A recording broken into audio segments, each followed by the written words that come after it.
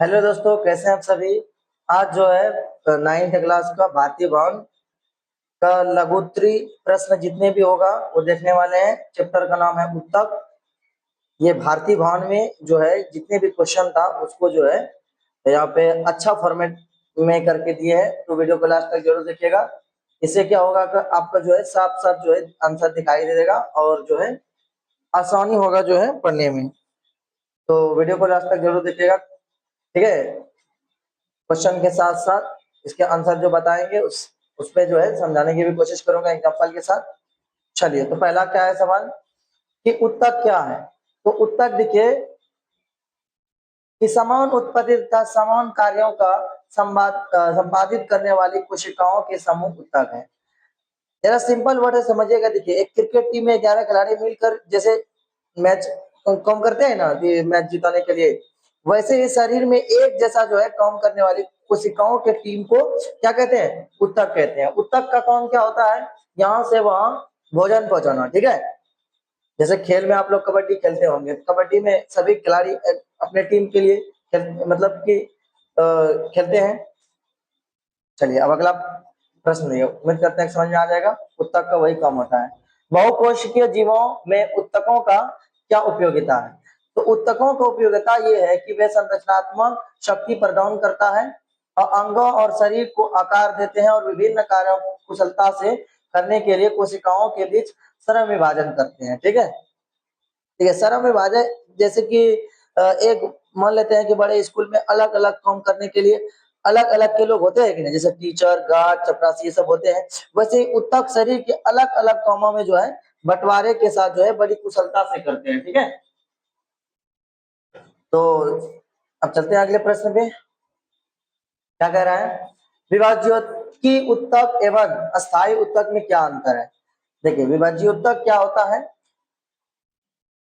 देखिए, विभाज्य उत्तक में कोशिकाएं लगातार विभाजित होती है। विभाजित मतलब बढ़ते रहते हैं इधर उधर, जिससे कि पौधों में वृद्धि होती है, ठीक है। यहाँ से जैसे पौधों में जहाँ पे कमी है उसको जो है पूरा करना। जबकि अस्थायी उत्तक में ऐसा नहीं होता है। विभाजित विभाजित होने पर क्षमता को खो देते हैं, एक विशिष्ट कार्य करती है। समझ में आया? यानी कि देखिए, विभाजित उत्तक का क्या करते हैं कि बच्चों की तरह जो है जिसकी लंबाई लगातार बढ़ती रहती है, और अस्थायी उत्तक में जैसे आप बड़े हो जाते हैं तो वहां पे जाके क्या होता है, बढ़ना बंद हो जाते हैं, ठीक है। तो मतलब कि सभी का जो है फिक्स मतलब हाइट है कि वहां बस जाने के बाद बढ़ेगा नहीं, तो उसको समझ लीजिएगा अस्थायी उत्तक। और विभाज्योतक उत्तक मतलब बचपना समझ लीजिए, बचपना में क्या होता है, बढ़ते रहता है। अब देखिए, मृदुतक कहाँ पाया जाता है? तो मृदुतक नए तने और मूल एवं पत्तियों की एपिडर्मिस एवं कॉर्टेक्स में पाया जाता है, ठीक है। कहाँ पाया जाता है? कॉर्टेक्स में पाया जाता है। तो इसका आंसर लिख लीजिएगा। देखिए, मान लेते हैं कि देखिए पौधे का जो है ना नरम त्वचा, ये क्या करता है, पौधे को क्या करता है, नरम हिस्सा में होती है। जैसे कि नए होता है ना कोमल पत्ती जो निकलता है, ठीक है। चलिए, अगला प्रश्न क्या कर रहा है, समझिएगा। स्थूल कोण उत्तक के किन्हीं दो कार्यों को लिखें। तो याद रखना, ये दोनों लिख लेना है। यानी कि ये पौधों को यांत्रिक सहायता प्रदान करता है, इनमें हरित लवक पाया जाता है, तब भोजन का निर्माण करता है, ठीक है। यानी कि ये पौधों को लचीला बनाता है और तेजी से क्या करते हैं, हवा में टूटने नहीं देता है, ठीक है। और दूसरे नंबर की जरूरत पड़ने पर खाना भी खिलाने में मदद करता है।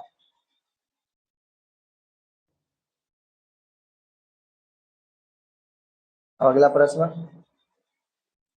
क्या कह रहा है? सरल अस्थायी उत्तक कितने प्रकार के होते हैं? तो सरल अस्थायी उत्तक जो है 3 प्रकार के होते हैं। ये 3 प्रकार जो है इस प्रकार दिया हुआ है, ठीक है, लिख लीजिएगा। दृढ़ उत्तक कोशिकाओं क्यों मृत कहलाती है? दृढ़ उत्तक की कोशिकाएं क्यों मृत कहलाती है? देखिए, पत्थर जैसी दीवार, इसकी दीवारों पे जो ना इतनी मोटी हो जाती है कि अंदर हवा पानी जाने की जगह ही नहीं मिल पाती, ठीक है। इसलिए इसकी कोशिकाएं जो है ना मृत हो जाती है, जैसे कि सीमेंट की पक्की दीवार मान लेते हैं। तो इसका आंसर जो है किताबी भाषा से लिखिएगा। देखिए, इनमें से जीव द्रव्य नहीं होता और इनकी कोशिकाएं व्यक्ति जो है लिग्निन जमाव के कारण जो है बहुत मोटी हो जाती है। जैसे कि कोशिकाएं के अंदर कोई खाली जगह नहीं होती, ठीक है, इसीलिए जो है मृत कहलाती है, ठीक है। पौधों में दृढ़ ऊतक का क्या महत्व है? ये पौधों को यांत्रिक शक्ति प्रदान करता है और आंतरिक भागों में रक्षा करते हैं, और पौधों से जो है बाहरी फलों में ये क्या करते हैं, रक्षात्मक ऊतक के रूप में कार्य करता है। जैसे गार्ड का काम जैसे होता है ना कि रक्षा करना, उसी तरीके से दृढ़ ऊतक का ये काम होता है, ठीक है। चलिए, उम्मीद करते हैं समझ में आ गया होगा। चलिए, अगला प्रश्न क्या कह रहा है? कर्क यानी कॉर्क कोशिका का निर्माण कब होता है? तो कॉर्क कोशिकाओं का ये समय के साथ साथ जड़ तनों जैसे पुराने होते जाते हैं, इनमें बाहरी ऊतक विभाजित विभाजित मतलब बढ़कर कॉर्क कोशिकाओं का निर्माण करते हैं। क्या करते हैं?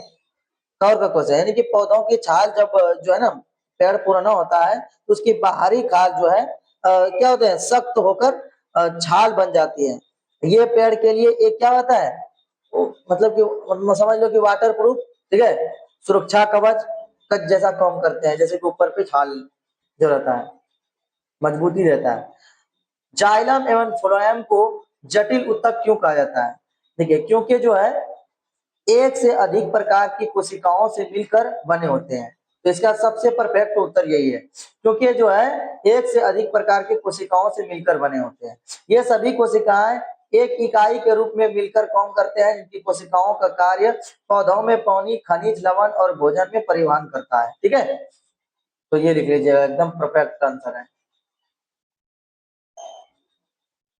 जाइलम के प्रत्येक अवयव का एक एक कार्य लिखें। याद रखना, वाहिना पहले देखिए जाइलम का जो है प्रत्येक जो है कार्य लिखें।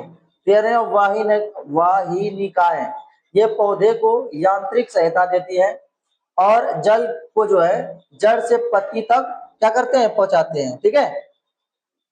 यानी कि अब देखिए वाहिकाएं का क्या काम होता है, ये जो है ये भी क्या करते हैं, जड़ में जल एवं खनिज लवण को पहुंचाते हैं। देखिए, ये जाइलम क्या है, परिवहन यानी कि वाटर सप्लाई मान लीजिए, ठीक है, यानी कि जमीन के नीचे से पानी और खाद यानी खनिज को खींचकर पेड़ के सबसे ऊपरी पत्तों तक पहुंचाता है, ठीक है। इसका जाइलम का यही काम होता है। हालांकि लिख लीजिएगा, एक एक कार्य को लिखें। तो अब देखिए जाइलम तंतु ये मुख्यतः पौधों को यांत्रिक सहायता प्रदान करता है, ठीक है। जाइलम मृतक, इसकी कोशिकाएं प्रायः पैरेनकाइमेटिस एवं जीवित होती है, ठीक है। उम्मीद करते हैं समझ में आ गया होगा। चलते हैं अब अगला प्रश्न।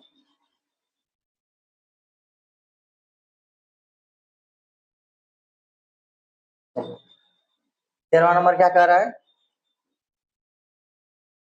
एपिथेलियम ऊतक के किन्हीं तीन कार्यों को लिखे, ठीक है। क्या लिखना है? तो तीन कार्य जो है ये देखिए दिया हुआ है। इनकी मुख्यतः कार्य आंतरिक अंगों को सुरक्षा देना। आंतरिक मतलब अंदर की जो है अंगों को जो है सुरक्षा देना, और रक्त वाहिनी और जो है फेफड़ों को कोशिका में विसरण की सहायता देना, ठीक है। दूसरा क्या लिखना? अवशोषण एवं स्राव के उद्देश्य से ये अंगों को यांत्रिक सहायता भी प्रदान करता है। एंडोथीलियम जैसी कोशिकाएं विसरण द्वारा भौतिक एवं रासायनिक सुरक्षा में मदद करती है, ठीक है। अब यहाँ पे देखिए संयोजन ऊतक क्या है, इसके दो उदाहरण लिखना है। संयोजन ऊतक शरीर के अंगों को जोड़ने और अन्य ऊतकों को सहारा देने में मदद करते हैं, जैसे कि रक्त और अस्थि, ठीक है।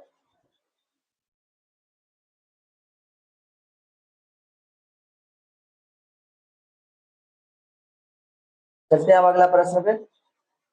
15वां नंबर प्रश्न क्या कह रहा है? एरिओलर ऊतक के कार्य का उल्लेख करें। ये अंगों को जो है ना आंतरिक खाली स्थानों को भरना, अंगों को सहारा देता है और ऊतकों की मरम्मत करता है, ठीक है। मरम्मत मतलब कि उसको पूरा करता है, ठीक है। यानी कि पैकिंग मटेरियल जैसे होता है ना, नया सामान मंगाने पर डिब्बे की खाली हिस्सों से जो है भरा जाता है ताकि सामान हिले नहीं, वैसे ही अंगों के बीच खाली हिस्से को क्या करता है, भरता है, ठीक है। एरियोलर याद रखिएगा, ये ऑब्जेक्टिव में भी पूछता है एरियोलर उत्तक। टेंडन एवं लिगामेंट में क्या अंतर है?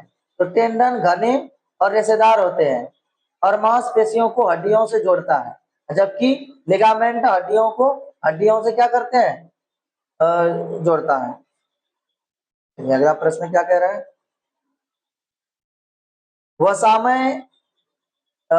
वसामय एडिपोज ऊतक के किन्हीं 4 कार्यों को उल्लेख करें।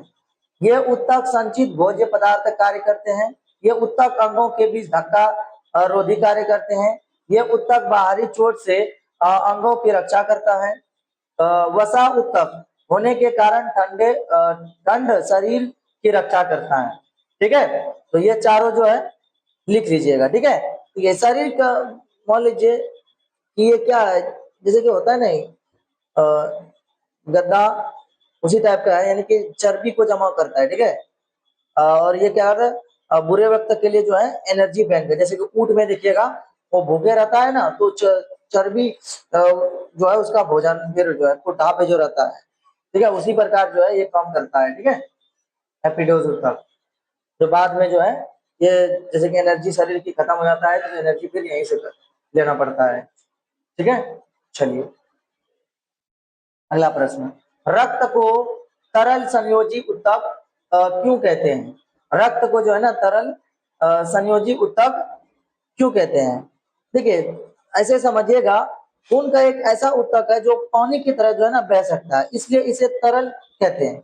ये जो है पूरे शरीर में ऑक्सीजन और खाना पहुंचाने वाली एक मान लेते हैं ट्रेन है। ठीक है, तो इसको किताबी भाषा से लिखिए, क्योंकि इसमें जो है इसमें एक तरल मैट्रिक्स यानी प्लाज्मा होता है, जिसमें कि कोशिकाएं, लाल रक्त कोशिकाएं, सफेद रक्त कोशिकाएं और प्लेट्स तैरती रहती है। ठीक है, चलिए लसिका क्या है? लसिका एक रंगहीन द्रव है जिसमें कि लाल रक्त कोशिकाओं और प्लेट्स नहीं होते हैं। इसमें रक्त कणिकाओं की संख्या एवं फास्फोरस ज्यादा होता है। साधारणतः इसमें रक्त की तुलना में कैल्शियम एवं प्रोटीन कम करते हैं। ठीक है, अब ऐच्छिक और अनैच्छिक कोशिकाएं क्या है? ऐच्छिक कोशिकाएं पेशियों को जंतु की इच्छा के अनुसार गति करता है। उदाहरण के लिए हाथ पैर की पेशियां। अनैच्छिक कोशिकाएं वे पेशियां जो है जो जीव की इच्छा से नियंत्रित नहीं होती। उदाहरण के लिए हृदय की जो है पेशियां। ठीक है, यानी कि मर्जी से, यानी ऐच्छिक और अनैच्छिक पेशियां जो है मर्जी और जैसे कि ऐच्छिक में मर्जी होता है, इसमें ऑटोमेटिक होता है अनैच्छिक में। ठीक है, चलिए अगला प्रश्न, रेखित पेशी को ऐच्छिक क्यों कहा जाता है?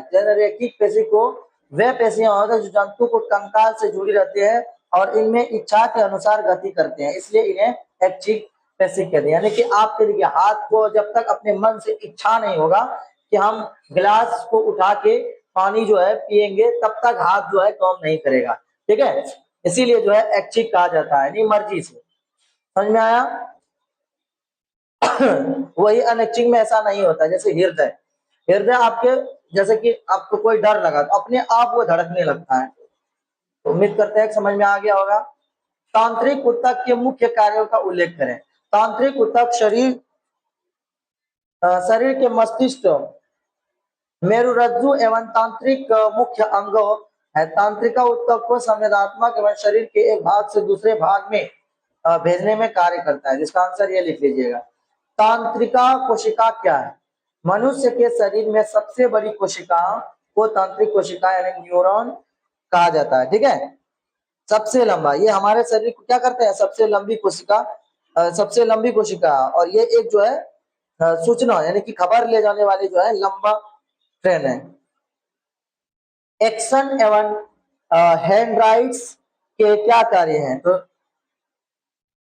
डेंड्राइट्स अन्य न्यूरॉन से संकेत प्राप्त करते हैं, जबकि एक्सॉन इन संकेतों को जो है कोशिका का शरीर से दूर ले जाता है और अन्य न्यूरॉन जो है मांसपेशियों तक पहुंचाता है। ठीक है, यानी कि भेजने का काम करता है। ठीक है, तो उम्मीद करते हैं कि जो है ये 24 प्रश्न जो है आपके भारतीय भवन से जो लिया गया है आपको समझ में आया होगा। अगर मेरा एक छोटा सा प्रयास अच्छा लगा हो तो वीडियो को लाइक, शेयर और जो है अगर आप पहली बार देख रहे हैं तो सब्सक्राइब जरूर करिएगा, ताकि आने वाला जो है कोई भी वीडियो आपसे मिस ना हो। ठीक है, ये अच्छा फॉर्मेट में करके देते हैं ताकि जो आप लोगों को किसी भी प्रकार की पढ़ाई में बाधा ना आए। तो चलिए मिलते हैं अगले वीडियो में, जब तक के लिए पढ़ते रहिए।